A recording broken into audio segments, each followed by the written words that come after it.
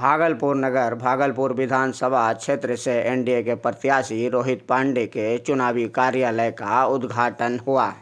क्या है पूरी खबर, आइए देखते हैं हमारे संवाददाता की इस खास रिपोर्ट में।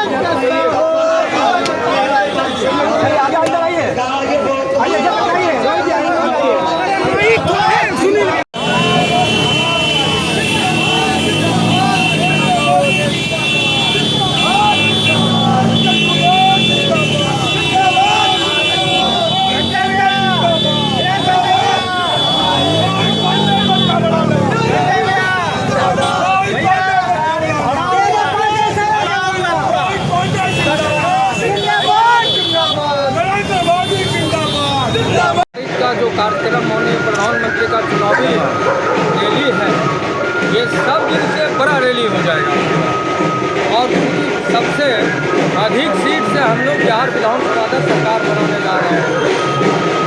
इसलिए हम लोगों को उसी तत्परता से लगना भी है और लगे भी है कि 4 तारीख का भागलपुर का ऐतिहासिक रैली हो। ये पूरे बिहार को एक संदेश के रूप में जाएगा कि भागलपुर की रैली कितना सफल और पूरे बिहार के लिए संदेश। हमको नाराजगी है किसी लड़ने के लिए कहाँ जाएंगे, गार्जियन से नहीं लड़ेंगे तो किससे लड़ेंगे? आप लोग लड़ेंगे तो मार हो जाएगा, गार्जियन से न मांगेंगे तो मांगते हैं गार्जियन से ही रहेंगे ना। अरे भैया इनके लिए कहें उनसे पूछ लीजिए ना, इन्होंने इस बात को लाया उनसे बात कीजिए ना। आज हम आपको बता देना चाहते हैं कि झारखंड में इधर देख के अगर सरकार नहीं बना एनडीए का, उसमें कोटा लोकसभा का बहुत बड़ा दोष है। इससे कम विधायक किसी लोकसभा में नहीं है। आपको मैं बता देना चाहता हूँ, मुझे वहाँ देखना चाहिए। भागलपुर के बदले में बता देना चाहता हूँ। इंजीनियर शैलेंद्र भी आरोप लगा रहे हैं कि आप, अरे इंजीनियर शैलेंद्र आरोप नहीं लगा रहे हैं। देखिए होता क्या है, उनके मन में भ्रम हो गया है, उनके मन में भ्रम हो गया है। वो भ्रम को हम दूर कर देंगे, आप लोगों के माध्यम से दूर होगा। मैं अभी गंगा नदी के दक्षिणी भाग में अभी 4 विधानसभा में काम कर रहा हूँ। मैं 2 दिन के बाद दूसरी विधानसभा में भी दोनों विधानसभा जाऊँगा। आपको पता लगेगा मैं क्या करूँ। कोई नाराजगी नहीं है। अरे मैं आपको बोल दिए कि हमारे गार्जियन हैं, हम उन्हीं से न मांगेंगे। कुत्ता दे दीजिए, गुनगुना दे दीजिए, कुछ दे दीजिए, मांगेंगे तो उन्हीं से। नहीं देंगे तो भाई बच्चा का कमे है, रो ना गाना आपका। सांसद बनाने में भी आपका योगदान था क्या? इनका नहीं, भागलपुर में कोई किसी का योगदान नहीं है। सिर्फ मुख्यमंत्री और नरेंद्र मोदी प्रधानमंत्री और भागलपुर के कार्यकर्ता का योगदान है। भागलपुर में कमल खिलेगा, इस बार खिला हुआ कमल है। खिलेगा क्या? कमल खिला हुआ है भागलपुर में, निश्चित रहिए। सब लगा देंगे भागलपुर के लिए। अपनी 6 तारीख को लेकर तैयारी कर रहे हैं, पूरी तैयारी है हम लोगों का, कहीं कोई कमी नहीं करेंगे। ठीक। यशस्वी और आधुनिक भारत के निर्माता प्रधान सेवक नरेंद्र मोदी जी का 6 तारीख को आगमन हो रहा है। पूरा अंग क्षेत्र अपने यशस्वी प्रधानमंत्री, जिन्होंने इस भारत को एक श्रेष्ठ भारत बनाया है, जो अर्थव्यवस्था के मामले में 4थे स्थान पर भारत को लाए हैं, और इस बिहार की भूमि पर माता जानकी के भव्य दिव्य मंदिर का स्वरूप का सपना जिन्होंने साकार किया है, ऐसे प्रधानमंत्री का आगमन हो रहा है। तो हम सभी भागलपुर अंग क्षेत्र के वासी अपने प्रधानमंत्री को आभार प्रकट करने के लिए, जो जीविका दीदी से लेकर, जिस आयुष्मान से लेकर, उज्ज्वला गैस योजना से लेकर, और जो जन जन तक जिन्होंने अपनी आवाज़ पहुंचाई है, सशक्त किया है, ऐसे प्रधानमंत्री को आभार प्रकट करने के लिए बड़ी संख्या में लोग आएंगे। और भागलपुर की रैली जो 24 फरवरी को हुई थी, ऐतिहासिक रैली थी, उससे बड़ी रैली होगी।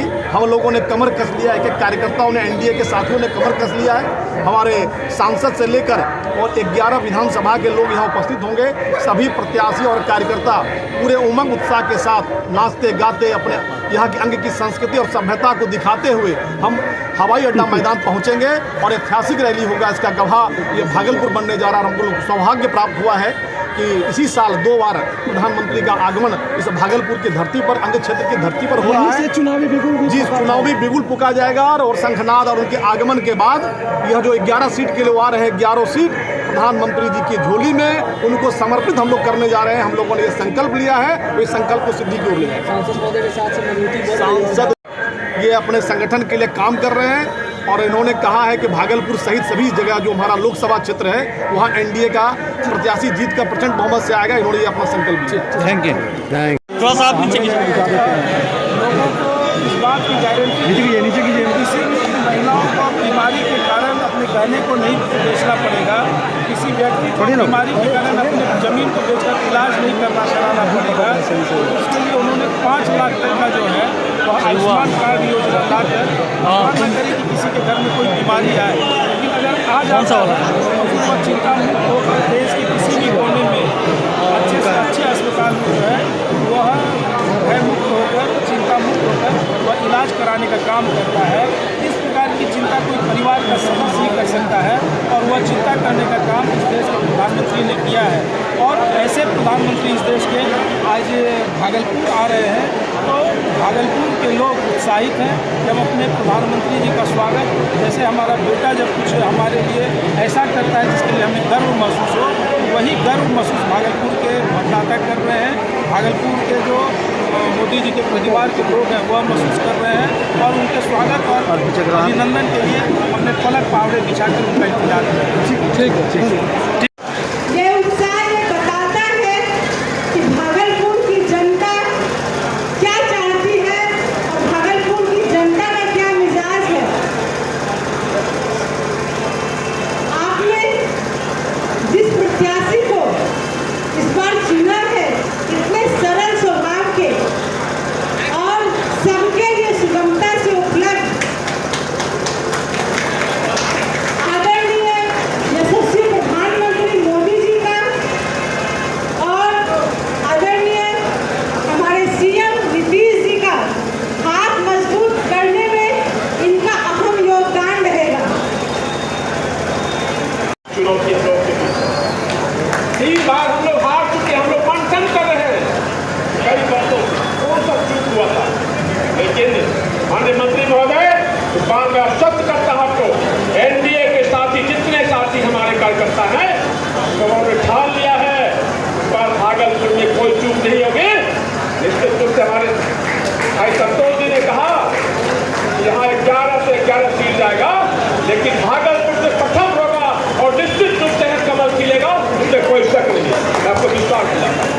विधानसभा प्यार विधानसभा भेजने का काम करना, चाहे हम कार्यकर्ताओं को मंच पर बैठे हुए सारे एनडीए गठबंधन के अधिकारीगण और प्रसार में भी सब अधिकारीगण हैं, हम देख रहे हैं कार्यकर्ता बहुत कम है, लेकिन हम लोगों को एक एक बूथ पर जाकर एक एक व्यक्ति के सामने, एक एक जनता के सामने हाथ जोड़कर उनसे प्रेम का वोट मांगकर और हम लोग भी अपनी रिश्ता जो आपस में होता है, अभी ब्रजेश बाबू कह रहे थे कि बतासा चक्रों मंदिरें ने भोरी दिनों से भाई कई बार फूटी गलो से आपकी बार नहीं फूटता है, बोलो एकदम यहाँ ध्यान रखने से आपकी बार बतासा चक्रों मंदिर भंग गए और वो मंदिरों में कत्ता ही तो जोड़ी का प्रधानमंत्री आंदोलन के मंदिर माता सीता मंदिर बनवा गलो से हमरा सनी अपनो मान सम्मान में अच्छा मंदिर बनाए का प्रधानमंत्री लग रोहित बाबू भेज देना से और विधानसभा करेंगे।